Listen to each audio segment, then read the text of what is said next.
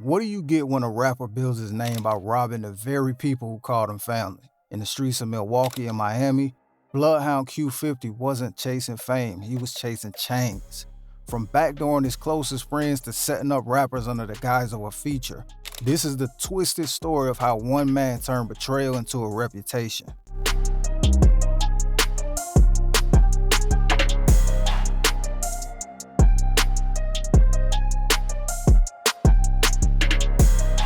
But here's the crazy part. Every single person he robbed, he had gained their trust first.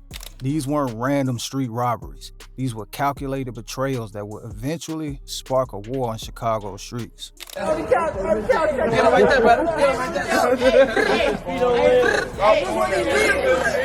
Hey, this is what he did on the couch. By the end of this video, you'll see how Q50's chain snatching spree came full circle when karma finally caught up to him in the most brutal way possible. So buckle up, because this story has more twists than a Netflix series, and trust me, you won't see the ending coming. Before we dive into the madness, let me paint you the real picture of who Bloodhound Q50 actually is, straight from his own mouth. I want to start at the very beginning. So, you were originally born in Chicago. Mm-hmm. What part? I'm from OVs. Okay. But then you end up moving to Gary, Indiana? Mm-hmm. Like at what age? I don't know. It was like I was back and forth. Like my grandma had a crib, which I call my mama. She had a crib out there, and shit, my whole family was like in Iraq. So you know what I'm saying? It's like I go out there, come to school out here, and then like it's like back and forth, like however I feel, I guess, for whoever I feel like going at the moment. You know what I'm saying? Okay, now your mom had you when she was really young. Yeah. Like how old was she? My mama, like my biological mama, she was like 16, 17. Okay, so she was still in high school. Exactly. So this wasn't your typical two-parent household story. Q50 was bouncing between Chicago and Gary, being raised primarily by his grandmother while his teenage mother tried to figure out her own life. Your dad, you didn't meet him until a little bit later. Mm-hmm. Okay, so what was that situation about? I met him, it was like any other person meeting their parent, you know what I'm saying? Like it was like the little cries and shit like that. Then like later on it get back to how it was before. Like that shit ain't really getting nowhere. Like, you know what I'm saying? He ain't keep his word. You know, that's regular shit though. Well, you were 11 years old when you first met your dad? I think I was probably like 13, like 12, 13, I don't know, probably 11 though. I don't remember the exact age, I ain't gonna lie, but it was around that time though. You about right. And his father, completely absent. Q50 didn't even meet the man until he was around 11 to 13 years old. As he put it, I don't think I was probably like 13, like 12, 13, I don't know, probably 11 though. But here's where Q50's story gets interesting. Despite the family instability, he had one passion that kept him focused: basketball. You're going to school, and initially you were really into basketball. Mm-hmm. I mean, were you like one of the best kids in the school? I ain't really never get to play school ball because I was always like getting suspended and shit like that. My grades fucked up, behavior fucked up. So like school team, it was over with for that. But I played AU and shit. But hey, I was right here. The suspensions weren't for small things either. In 6th grade, Q50 got expelled for one of the wildest incidents you'll ever hear. Go to school, and in 6th grade, you end up getting expelled. Mm-hmm. And it was kind of a crazy situation. Yeah. You say that again? Explain it. Explain what happened. Oh, shit. I took a BB gun from like one of the kids in my neighborhood type shit. Took it to school. I'm showing off in school and shit. Now it's time to go home. It was a little female I ain't liking shit. I ended up popping her ass with a gun. And then like she told on me, but she did it slick as hell. Like she told at the point where I won't see her again, you know what I'm saying? So like yeah, that's what happened then shit. You know that when I told my mama like, man, they told me I had a BB gun, but I'm playing slow. Now she ended up finding like the job bullets in the garbage can. So like she knew I was lying. I'm trying to tell her they lying on me, you know what I'm saying? But then she ended up finding a job, little green pellet bullets. And then that's how she knew like it was some truth to it. But that was probably one of the best years of my life. I got expelled and got to stay home and play the game. That shit was fun as hell. And then on top of that, I already passed school, so it's like shit, I'm going to the next grade regardless. So shit, I just gave a nigga an early summer break. Think about that. 6th grade and he's already bringing weapons to school and shooting other students. Are you planning on going to college or doing anything else at this point, or? No, hell no. I ain't gonna lie, since 6th grade, I knew I wasn't going to college. I ain't gonna lie, I'm like, I know that shit over with. Cause what the fuck I'm gonna go to college for? You know what I'm saying? What is I'm good at in college, you know what I'm saying? And then on top of that, you know, I just told you how school went, so it's like, I ain't really get to learn shit for real, so it's like, at this point, I'm gonna be relearning school shit. If I go to college, that shit's gonna be goofy. I'm wasting, you know what I'm saying, wasting time. By the time he was thinking about his future, college was never an option. Since 6th grade, I knew I wasn't going to college, he said. What the fuck I'm gonna go to college for? What is I good at in college? 17, okay, Yeah. 17 years old, high school graduate. Like, what was your plan in terms of making money at that point? It's like I had my little ways of making money while I was in school, so it's like I ain't do shit but continue to keep doing that and just going harder type shit. When Q50 graduated high school at just 17 years old, he already had his mind made up. I had my little ways of making money while I was in school, so I ain't do shit but continue to keep doing that and just go harder. Those little ways of making money would eventually evolve into something much darker. But here's what makes Q50's story different than every other drill rapper. He didn't start robbing enemies or ops. He started robbing the people closest to him. And it all started with his own homie. Victim number 1, Trap City Carter. Meet Trap City Carter. He trusted Q50 and Lil Jeff like family. That mistake cost him his chain and eventually his life. Fuck used to hang with them. They know what they did. So okay. They know what they did. So okay, the Bloodhounds, y'all was cool. Everybody that got a that was my homie. But first, let me set the scene. According to Trap City Rob, the whole war started over something that seemed almost petty now. The chain, bro. We tried like he took it. He stole my homie chain. Was that South J or some shit? Nah, brother. One of the other guys. This one of the other. When asked who actually got robbed, Rob explained. This one of the other. This other one. I was letting him wear the J. He come back like he got into a high speed with 12. Line saying he lost it. Now here's where it gets interesting. When Carter realized his chain was gone, Jeff came back with this elaborate story. You know what I'm saying? That's how motherfuckers broke their little shit. You know motherfuckers fucking with them, you know? Yeah. Hey, home to that was real. That was my dog. Rob's response to this excuse shows how ridiculous it was. This wasn't just some random beef, as Rob explained their close relationship. It was my dog, like that's my crowd, like we every day, no, that's for them, like type shit. I was locked in, so I ain't. Little boy's weird. Rob made it clear how personal this betrayal was. Little boy's weird. They got confused, man. But you know what's going on? Shit together, bro. Gotta ride with the block. It's my block. Damn. When asked about when this happened, Rob revealed. Around what year was that? How long ago that was? Like 2 years ago. Damn. So Rob made it clear this wasn't about violence initially, but about pure disrespect. it was never really no real bloodshed. It was just about some Jake. Yeah, about some J. Some little change. That's what they mad about. That's why they try to confuse the internet. That's what they really mad about. You know? Later in the interview, Rob emphasized how deep this betrayal cut. Man. That was my homies, nigga. Like, we was locked in on my dead brother. Turn snake, play style. Yeah, that's all. This wasn't just a robbery, it was a complete violation of trust.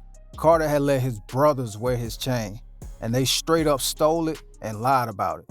What started as some little change would eventually escalate into a full war.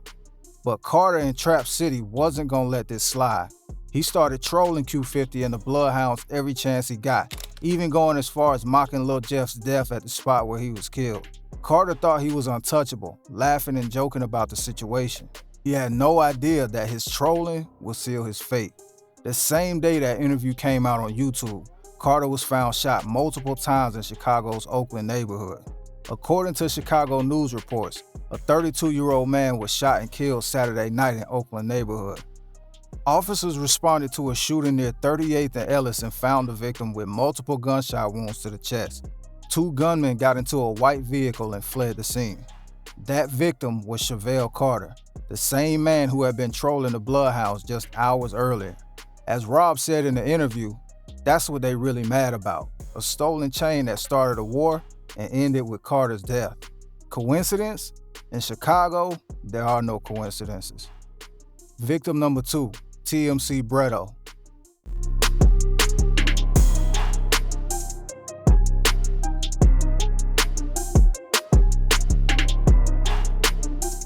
But Carter was just the beginning. Q50 had developed a taste for this, and his next victim shows just how calculated these robberies really were. TMC Breto, a guy from 6300 who desperately wanted to be part of the Bloodhound circle. According to Street Talks, Breto kept trying to hang around Q50 and Jeff, always wanting to kick it, always wanting to prove he belonged. Q50 and Jeff saw right through him.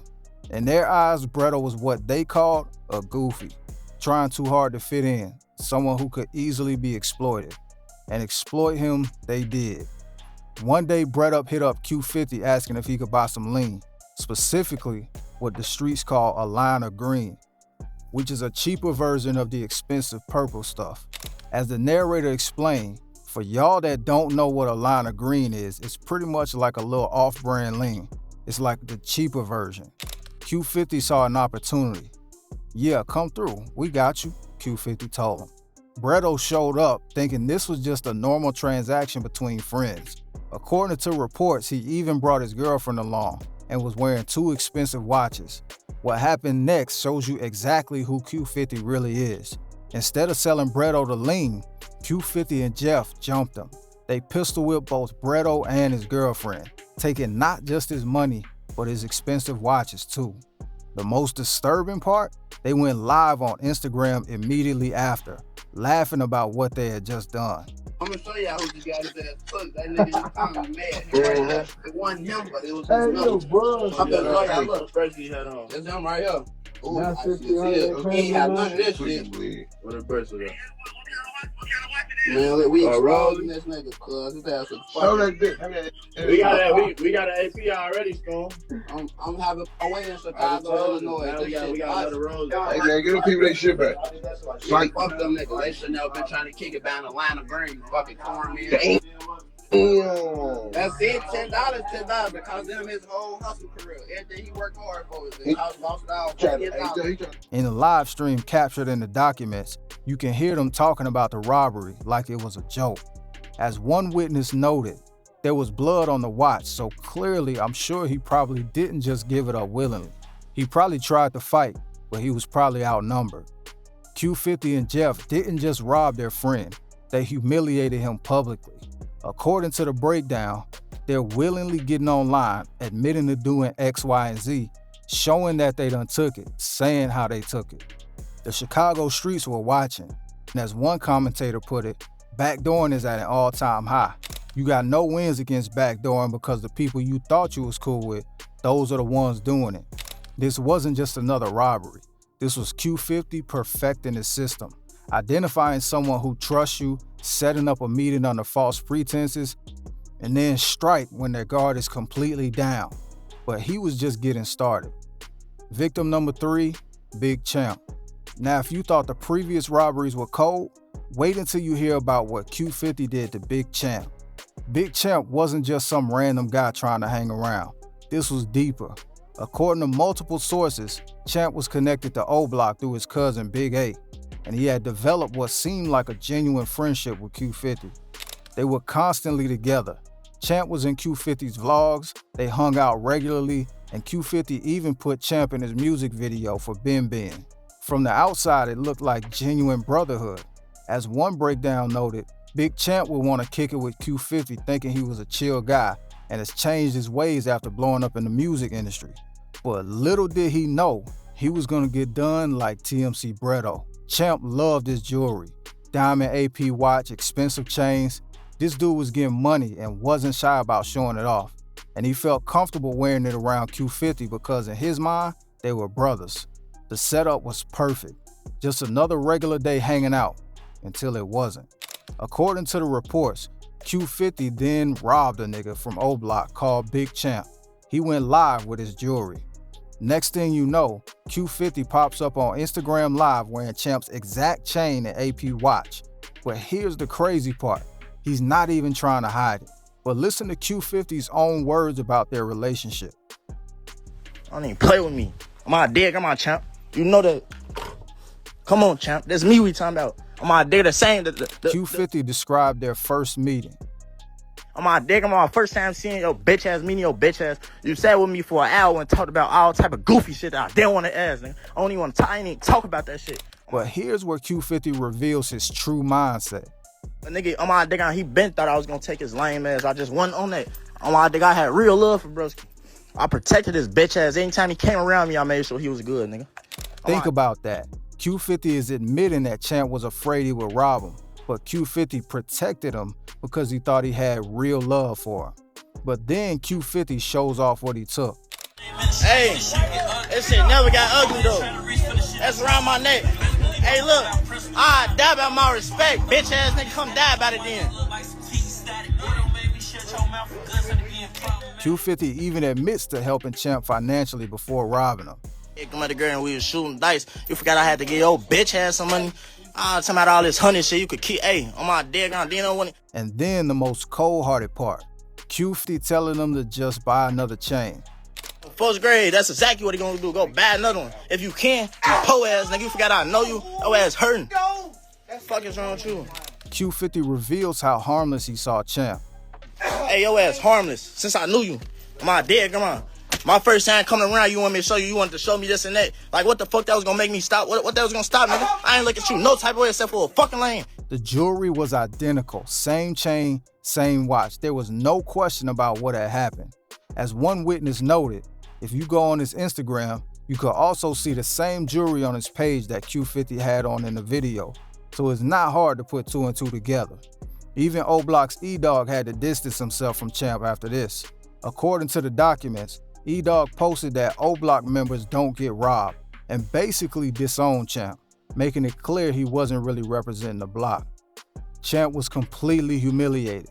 As reported, since this incident happened, Big Champ has turned off his comments on all his posts. The man who once rapped about protecting his respect had been publicly embarrassed by someone he considered family. This wasn't just robbery anymore. This was psychological warfare.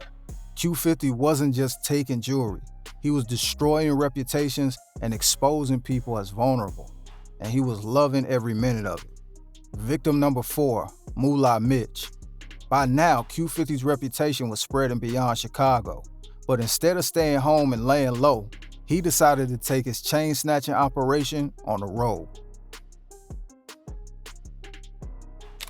Now here's where the story gets really disturbing. Before Q50 made his move in Miami, he was literally praying for opportunities to rob people. This wasn't random street crime anymore. This was premeditated, predatory behavior. Moola Mitch, a Miami-based rapper who was trying to make connections in the industry, when he heard that Q50, this buzzing Chicago artist, was in town and open to collaborations, he saw an opportunity. According to reports, they set up a studio session. This seemed like a legitimate business opportunity. 2 rappers from different cities connecting over music. But Q50 had other plans. After the incident, Q50 went live bragging about what happened. When asked about when he got the chain, Q50 responded, "When you got that one right there? Like 30 minutes ago, bro." When you got that one right there? What that was, like 30 minutes ago? Moola Mitch wasn't gonna take this lying down. According to D's Media Breakdown, at the end of the day, bro, the best thing to do in an instance like this, me personally, if you got a lot to lose, just go cop some new jewelry and let it be a life lesson. But there was also criticism for Mitch's decision making. The part that I felt like dude messed up was, you don't know Q50 from a can of paint, and you heard everything online about him and his guys being robbers and taking stuff from people, and you think it's a good idea to link up with this dude. But here's where Q50 messed up. Miami isn't Chicago. According to sources on the ground, I got messages from dude in Miami. His exact words was, "I got a bag on his head, bro." The message was clear. Q50 had robbed the wrong person in the wrong city. As these media explain, these dudes that Q50 took that from is some major players, bro. Them dudes got bags and bags and bags. Them dudes is really getting money, bro. The warning came swift and direct. Please believe it. If y'all ever come back to Miami or anywhere in Florida, please believe it. Any BH dudes come to Florida, I guarantee you it's not gonna go well for you. By this point, Q50's chain snatching tour was becoming legendary for all the wrong reasons. As one commentator noted, it seemed like this man Q50 is on a chain snatching tour. Every city that man go to, he trying to snatch somebody's jewelry. But Q50 thought he was untouchable. The pattern and celebrity encounters. By this point, Q50's reputation had reached the highest levels of the rap game, and it was starting to affect how major artists interacted with him. When Q50 linked up with Lil Baby, something interesting happened. Lil Baby, who's known for wearing millions in jewelry, kept his chain game very minimal around Q50. Coincidence? I don't think so. But the most telling moment came when Q50 took a picture with Trippie Redd. In the photo, you see Q50's eyes locked directly on Trippie's chain. The image went viral with people joking that Trippie better watch his jewelry. Word was spreading in the industry. Artists were being warned about Q50. Don't wear your good chains around that dude became the unofficial rule when dealing with him. But instead of seeing this as a warning sign, Q50 seemed to embrace the reputation. He was getting off on the fear he was creating. The power trip was intoxicating. His social media posts became more brazen, more hints about taking jewelry, more references to his victims, more evidence that he was completely addicted to this lifestyle. Q50 thought he had the perfect system. Get close to people, gain their trust, then strike when they least expected it. He thought he was untouchable. But in the streets, what goes around comes around. And Q50's karma was about to come calling in the most brutal way possible. Everything Q50 had built was about to come crashing down, and it happened in the most ironic way possible. There was a guy from ESD, a Chicago gang, Rose, who had been watching Q50's chain snatching spree with interest. This wasn't someone Q50 had befriended or gained the trust of. This was someone who saw an opportunity and decided to give Q50 a taste of his own medicine. Unlike Q50's calculated betrayals, this was going to be straight up street justice. No friendship, no trust building, just pure street politics. The ESD member struck, and just like Q50 had done to all his victims, he immediately posted the evidence on social media. Q50's expensive watch was now on someone else's wrist. So I got snatched and came back home from flow. He want me to chill like, yeah, I know you get wild, but you too aren't gonna take OG. But here's where it gets really interesting. The text messages between Q50 and the guy who robbed him were leaked, and they tell a story that's both hilarious and karma-filled. Q50, the same guy who had trolled all his victims and never showed remorse, was now begging for his property back. The messages showed a completely different side of him, vulnerable, angry, desperate. Instead of taking the L and moving on like he expected his victims to do, Q50 decided he was gonna get his watch back by force. He pulled up to the ESD member's block, probably thinking his reputation would be enough to get his property returned. But the streets don't care about your reputation when you come to their territory uninvited. Q50's car got lit up, bullet holes everywhere. He had to flee the scene, leaving his watch behind and nearly losing his life in the process.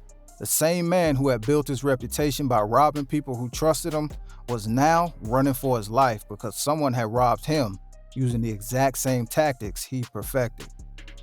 So there you have it, the complete story of Bloodhound Q50's chain snatching spree and how karma finally caught up to him.